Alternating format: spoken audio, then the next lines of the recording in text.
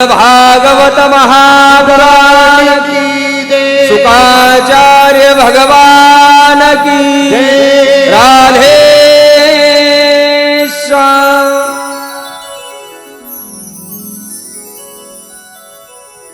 आपण भगवंताच्या तटस्थ लक्षणाला नमन केलेलं आहे. दुसरं नमन गुरुला केलेलं आहे. आणि आता आपण भागवत महात्म्य पाहणार आहोत.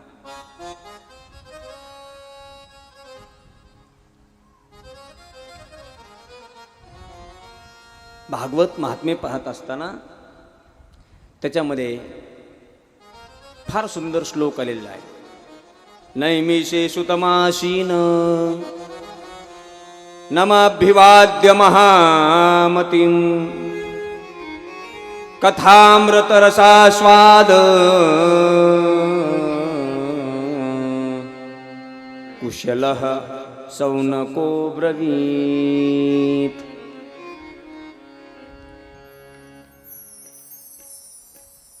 श्रीमद भागवत म्हणजे साक्षात परीस आहे. पहा, परीस परीस फक्त आपण नाव ऐकून आहोत. परीसाचा गुणधर्म आहे दादा. परीस जर तांब्याला लावला तर सोनं करतो, बरोबर आहे ना? असंच ना? परीस कशाला लावावा लागतो? लोखंडाला, बरोबर आहे ना? लोखंडाला लावावा लागतो. आणि लोखंडाला जर परीसाचा स्पर्श झाला ना दादा, त्या लोखंडाचं सोनं करण्याची ताकद त्या परीसात असते. परीसा भागवत ग्रंथ म्हणजे परीस आहे. आणि तुम्ही आम्ही कथा ऐकायला बसलेली सगळे लोखंड आहेत. लोखंड. अरे दादा, आपल्या जीवनाचं सोनं करून घ्यायचं असेल तर आपल्या जीवनात परीसाचा स्पर्श झाला पाहिजे. म्हणून आपण ही कथा ऐकली पाहिजे. जे जे भाविक ही कथा श्रद्धेनं ऐकतात, त्या परीसरूपी भागवताचा स्पर्श ज्याच्या जीवनामध्ये होतो त्या त्या व्यक्तीचं जीवन सोन्याचं होत असतं. सोन्याचं. त्याच्या जीवनात सोन्याचे दिवस येत असतात. त्याच्या जीवनामध्ये सुखाचे दिवस येत असतात. त्याच्या जीवनामध्ये आनंदाचे दिवस येत असतात. नुसती परीसाचीच उपमा या ग्रंथाला देता येणार नाही दादा आपल्याला. याला दुसरी सुद्धा उपमा दिली जाईल. चिंतामणी. चिंतामणी माहिती आहे का तुम्हाला? चिंतामणी माहिती आहे? कुणाकडे आहे का चिंतामणी? घोटक्यात चिंतामणी खडा असतो बघा, खडा. आणि असाच माळ रानावर असतो. भगवान पाटील अशाच माळ रानावर असतो. असा चमकत असतो बघा. तो चमकत असतो. त्याचे गुणधर्म आहे चम चम चम चम चम चम चमकत असतो तो खडा. हा, चिंतामणी खडा. चिंतामणी. गारगोट माहित आहे ना आपल्याला? गारगोट. गारगोटीसारखा असतो तो. गारगोटीसारखा. हा, गारगोटीलाच कधीतरी उचलून घेऊन चिंतामणी आहे म्हणून घरी आणताल. असं नका करू तुम्ही. हा, चिंतामणी गारगोटीसारखा असतो. ते दिसायला चमकत असतो. अरे एखादा अशा माळ रानावर एखादा गुराखी जनावर चारायला जावा. एखादा शेळ्या राखण्यासाठी अशा माळ रानावर जंगलामध्ये शेळ्या घेऊन चारायला घेऊन जावा. आणि त्याला जर चिंतामणी सापडला ना तर त्या चिंतामण्याची किंमत त्या शेळ्या राख्याला गुराख्याला काय करणार आहे हो दादा? ते हातात घेतं. काहीतरी चमकायला लागलाय म्हणून खडा हातात घेतं. एका गुराख्याला असा चिंतामणी सापडला. ऐका लक्ष देऊन. असा घोटक्याच्या अशा शिवारामध्ये शेळ्या चारायचा. आणि शेळ्या चारता चारता काय खडा चमकला म्हणून आला आणि ते खडा उचलला आणि त्याच्या हातात अरे चमकणारा खडा आहे म्हणून त्यानं काय केलं? त्याच्या शिडीच्या गळ्यात बांधला. ऐका, त्याच्या शिडीच्या गळ्यात बांधला. चांगला काळा लोरा घेतला. काळ्या लोऱ्यात तो खडा असा वळून त्याच्या शिडीच्या गळ्यात बांधला. आणि शिडी संध्याकाळी घोटक्यामध्ये 6 वाजता घरी गेली. गावातल्या लोकांनाही त्या चिंतामण्याची काही पारख नसल्यामुळं चिंतामणी नावाचा खडा त्यांना सुद्धा कळाला नाही. त्याच्यामध्ये चिंतामणी खड्याची पारख करणारा एक बाहेरगावचा हुशार माणूस घोटक्यात आला होता. आणि त्यानं त्या शिडीच्या गळ्यामध्ये चमकणारा तो खडा पाहिला. आणि तो म्हणला, अरे ही शिडी कुणाची आहे? शिडी गावातले लोक म्हणले त्या फलाण्या माणसाची आहे. बरोबर, त्या मालकाला बोलवा इकडं. बोलवून घेतलं त्याला. ए, शिडी तुझीच आहे का रे? हो, माझीच आहे. तिच्या गळ्यामध्ये खडा कोणी मानलाय? तो म्हणला, आज शेळ्या राखायला मी जंगलामध्ये तिकडे डोंगरात गेलो होतो. तिथे एक चमकणारा खडा दिसला, घेतला आणि बांधला शिडीच्या गळ्यात. बरोबर. मग ते खडा विकायचा आहे का तुला? ते म्हणला काय करायचं त्या खड्याला? त्याने विचार केला, आपल्याला डोंगरात सापडला खडा आहे, तसल्या गारगोटी आपल्या डोंगरामध्ये भरपूर आहेत, उद्या दुसरी गारगोटी बांधून चमकणारी आहे, ते खडा विकून टाकावा. तू म्हणला हो नाही विकायचा आहे. काय सांगतोय त्या खड्याची किंमत तू? हे ना म्हणला 500 रुपये. 500 रुपये? हा दिले. काढ तुझ्या शिडीच्या गळ्यातला खडा देऊन टाक मला. किती भोळीन गबाळी माणसं असले तरी हुशार असतात हा, लक्षात ठेवा. माणसाच्या दिसण्यावर कधीच माणसानं जायचं नसतं. दिसायला जरी माणूस भोळा दिसत असला ना, भोळ्या माणसं इतकी चाप्टर माणसं या जगात दुसरी कोणती नाहीत. ह्यानं विचार केला, हे म्हणला मी उगा आपला सापडलेला शिडीच्या गळ्यामध्ये बांधलाय खडा, आणि ह्यानं मी 500 म्हणल्या त्यानं लगेच पत्करले. काहीतरी या खड्याचा गुणधर्म असेल म्हणला. त्यानं लगेच शब्द पलटिला, ओ मामा मला जरा थांबा, मला घरी जाऊ द्या, माझ्या बायकोला विचारू द्या, बायकोला विचारून सांगतो म्हणला. बायको जवळ गेला, म्हणला अगं आम्ही आला, मला त्या डोंगरामध्ये एक खडा सापडला होता, ते शिडीच्या गळ्यात बांधलाय, आणि एका बाहेरगावच्या माणसानं त्या खड्याला विकायचं का म्हटला. मी म्हणलो विकायचं आहे. मग काय किंमत सांग? मी 500 म्हणलो. त्यानं लगेच हो म्हणलं. बायको ह्याच्यापेक्षा चॅप्टर होती. भोळ्या माणसाच्या बायका चॅप्टरच असतात हा. म्हणूनच त्यांचा संसार व्यवस्थित होत असतो. काही काही ठिकाणी नवरे भोळे असतात, बायका चॅप्टर असतात. ऋषीदादा, काही काही ठिकाणी बायका भोळे असतात, नवरे चॅप्टर असतात. खंडेराव झालंय का नाही? करायचंय करायचंय.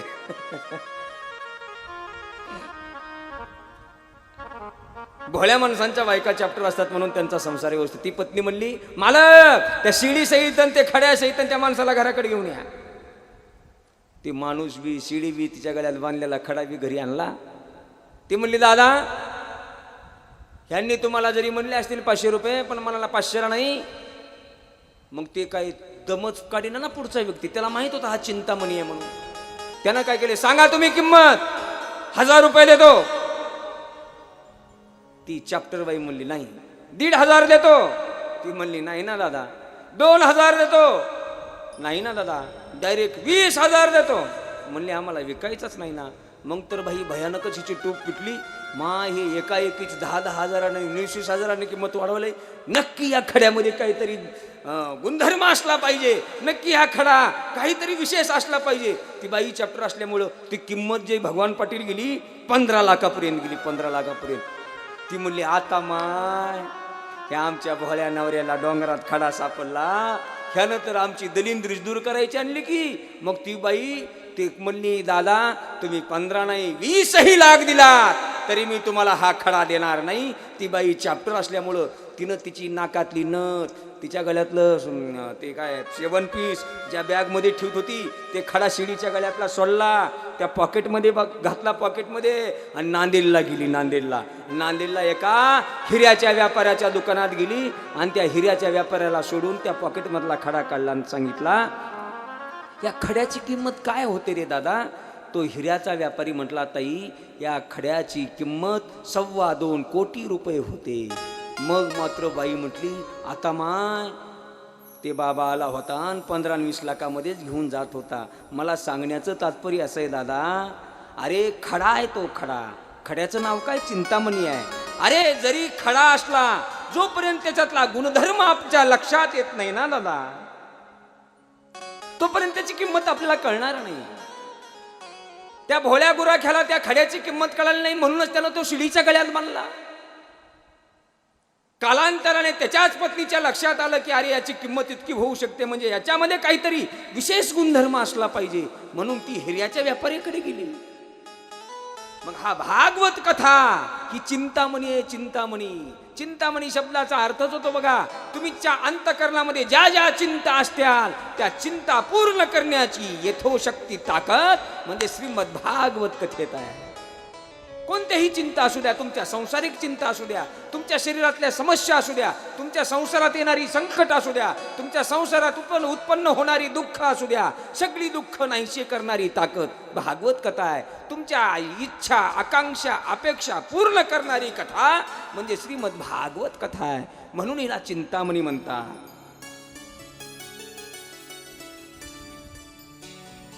आणि ही भागवत श्रवण करत असताना उगा ऐकायचं म्हणून कथा कधीच ऐकायची नाही.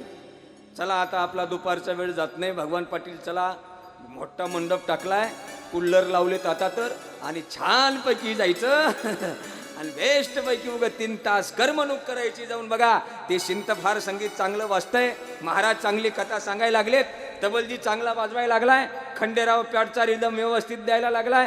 उगा मजा वाटती, करमणूक आहे, एखाद्या ऑर्केस्ट्रामध्ये बसल्यासारखा आनंद मिळतोय. उगा चला करमणूक करायची, 3 तास जाऊन बघायचं, आनंद घ्यायचा म्हणून कथा ऐकायची नाही. विश्वास ठेवून कथा ऐकायची, करमणूक म्हणून नाही.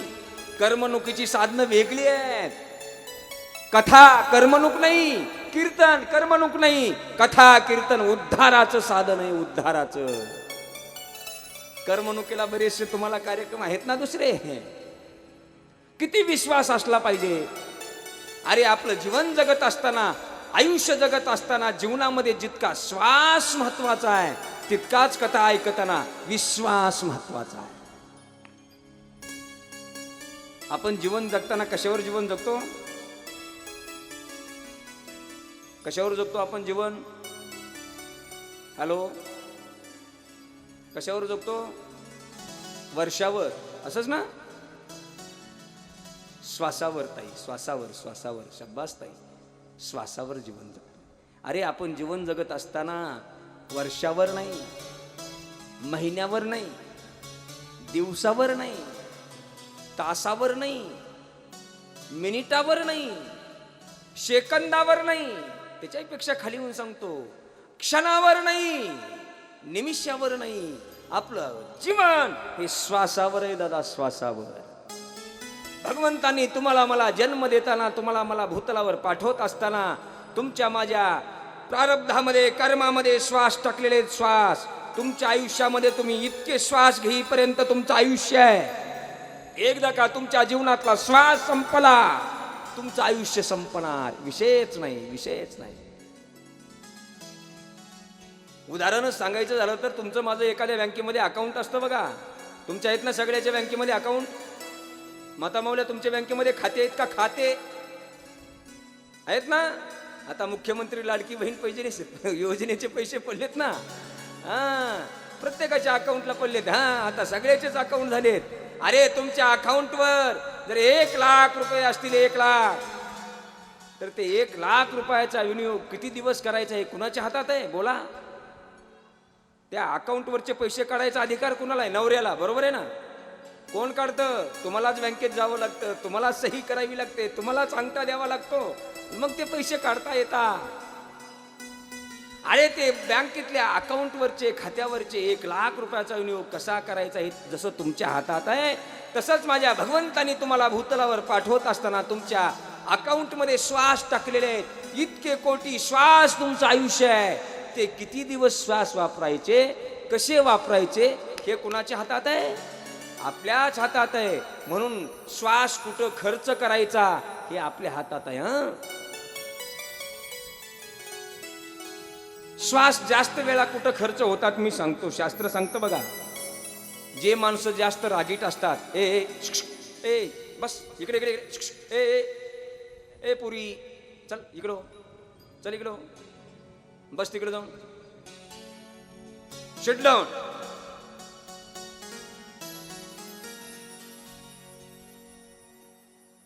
बस तिथं. आता जर पुन्हा उठलीस, तुझ्या कानात उडी मागतो बघा तुम्ही, लक्षात ठेव.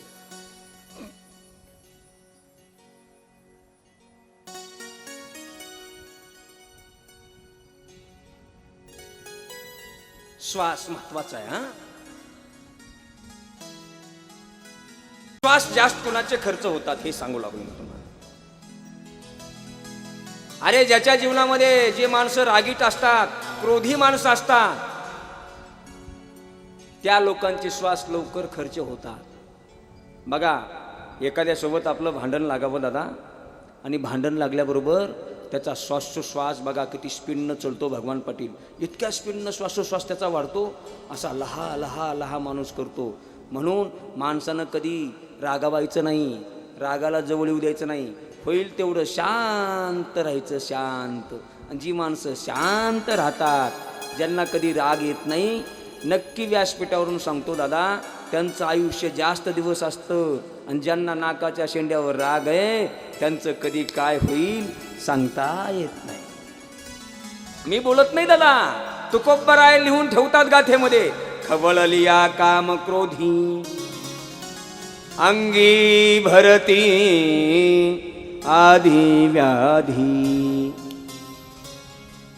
क्रोध माणसानं आणायचा नसतो. शांत जीवन राहिलं पाहिजे माणसाचं, आणि शांत जे असतात त्यांच्या जीवनामध्ये खऱ्या सुखाची प्राप्ती होत असते. नाथ महाराज सुद्धा सांगतात, शांती परते नाही सुख, ये राबघेची दुःख म्हणवोनी शांती. शांती धरा उतराल पैल तिरा. शांत राहिलं पाहिजे माणसानं. गड्या जे माणसं शांत असतात त्यांचे श्वास कमी खर्च होतात. बघा काही काही प्राणी आहेत बघा, ते श्वास नियंत्रण ठेवलेलं असतं त्यांनी श्वासावर.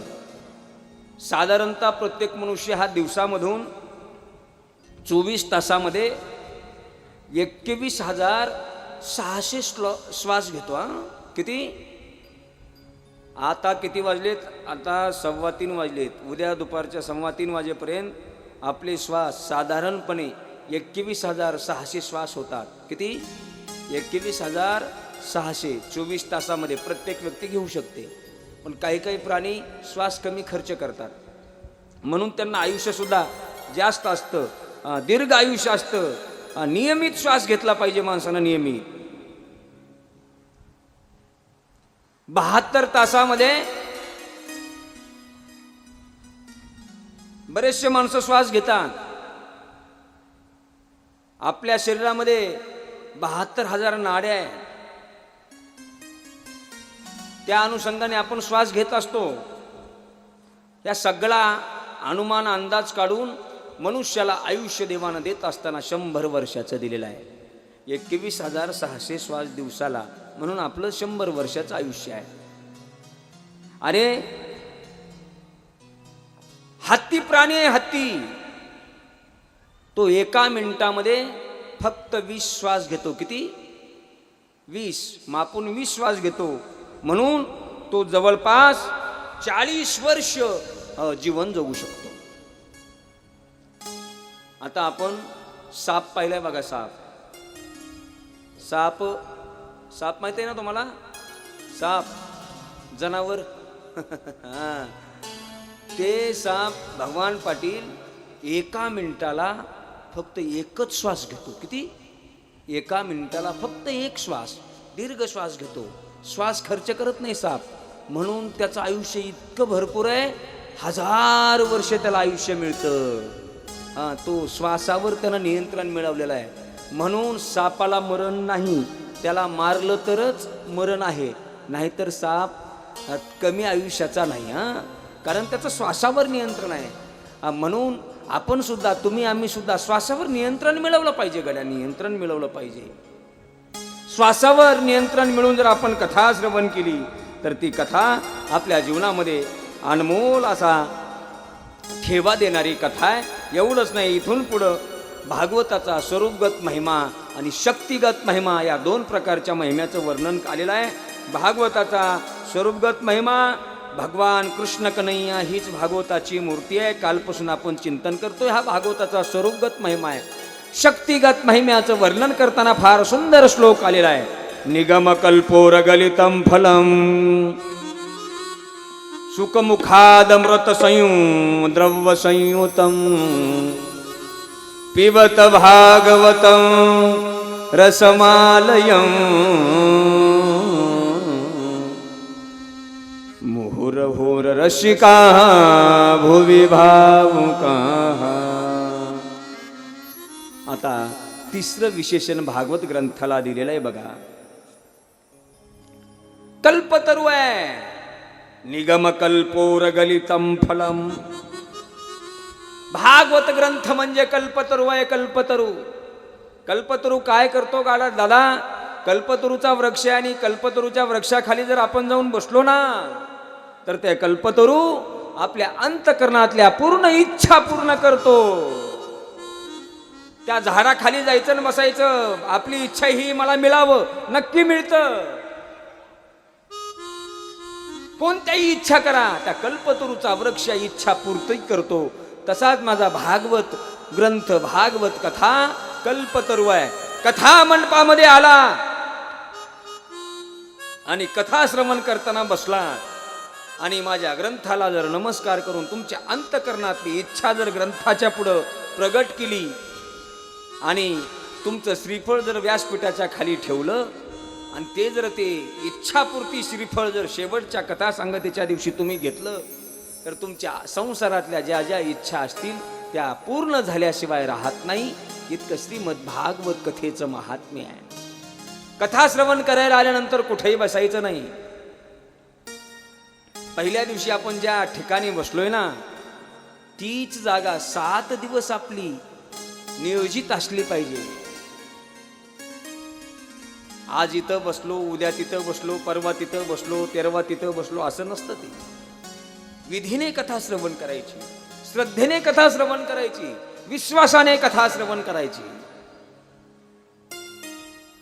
अशी जर कथा तुम्ही आम्ही श्रवण केली ना, नक्कीच दादा तुमच्या जीवनात येणाऱ्या पूर्ण समस्या एक दिवस माझी श्रीमद भागवत कथा नष्ट केल्याशिवाय राहणार नाही आणि तुमच्या जीवनामध्ये सुख संपत्ती सोन्याचा दिवस प्रगट केल्याशिवाय थांबणार नाही. इतकी दिव्य अशी श्रीमद भागवत कथा आहे.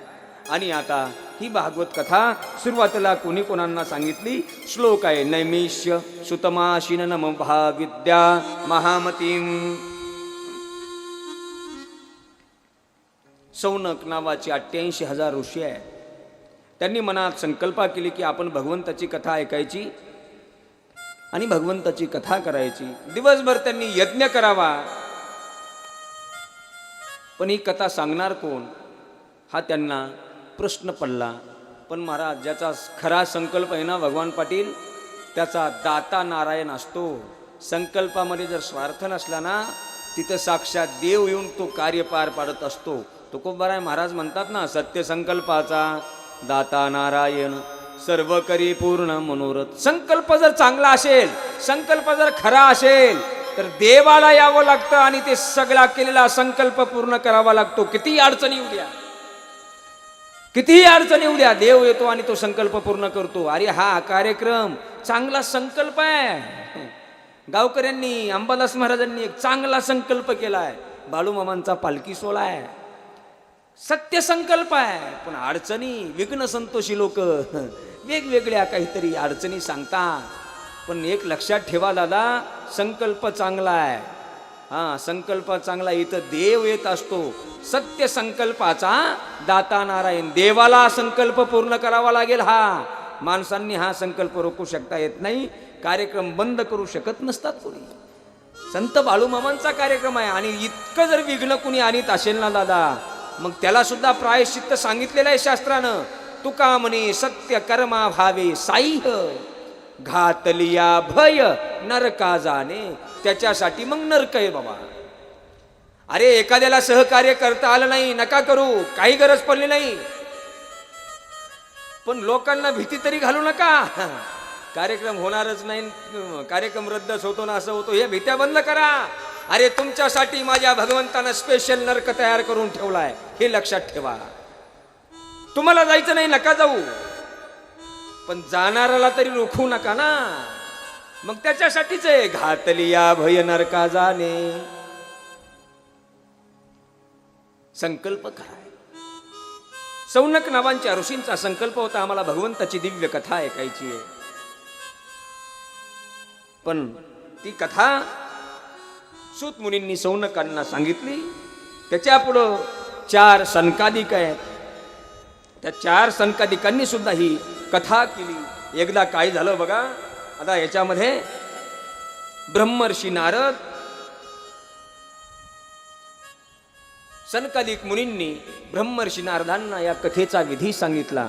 आता या कथेचा विधी नारदांना कसा सांगितला. नारद तर सतत भ्रमण करत असतात, ते एका ठिकाणी कधी थांबत नसतात. महाराज सुद्धा म्हणतात, त्रिभुवनी गमन नारदा हाती विना सदा नाममुखी.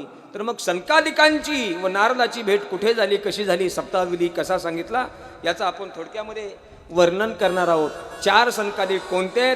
सनक, सनानंद, सनातन आणि सनत कुमार हे 4 ब्रह्माचे मानसपुत्र आहेत. सगळी ही 5-5 वर्षाची छोटी छोटी बालकं आहेत. मग या चौघांनी भगवंताची कथा करावी. मग आता तिघ जणांनी कथा ऐकायला बसावं. 4 भावापैकी एका भावानं उठावं, व्यासपीठावर बसावं आणि कथा सांगावी. मग एका भावाला कंटाळा आला की त्याला खाली जावं, दुसऱ्यानं वर यावं. अशी फेरावाराने त्यांनी अशी कथा चालू ठेवली. आणि मग एकदा काय झालं बघा, ही कथा ज्या ठिकाणी चालू आहे तिथं फिरत फिरत फिरत फिरत माझे ब्रह्मर्षी नारद सुंदर भजन करत, हातामध्ये चिपळी आहे, गळ्यामध्ये वीणा आहे आणि मुखामध्ये माझ्या प्रभूचं नामचिंतन आहे. नारायण नारायण श्रीमन्नारायण नारायण टाळी वाजवा.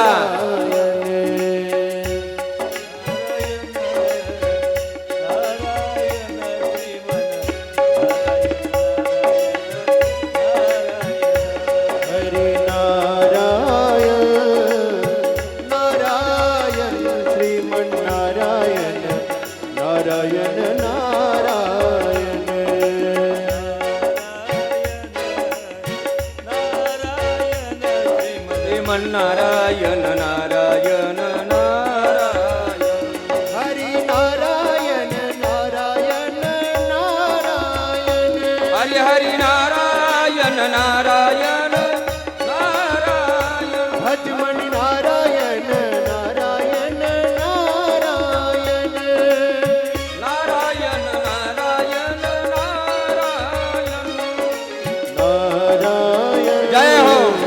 नारायण श्रीमन्नारायण नारायण नारायण हरि नारायण नारायण श्रीमन्नारायण नारायण नारायण.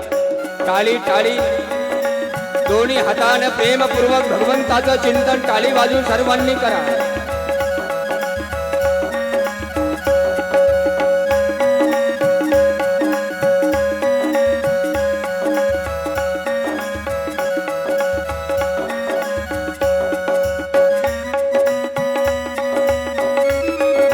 जय हो.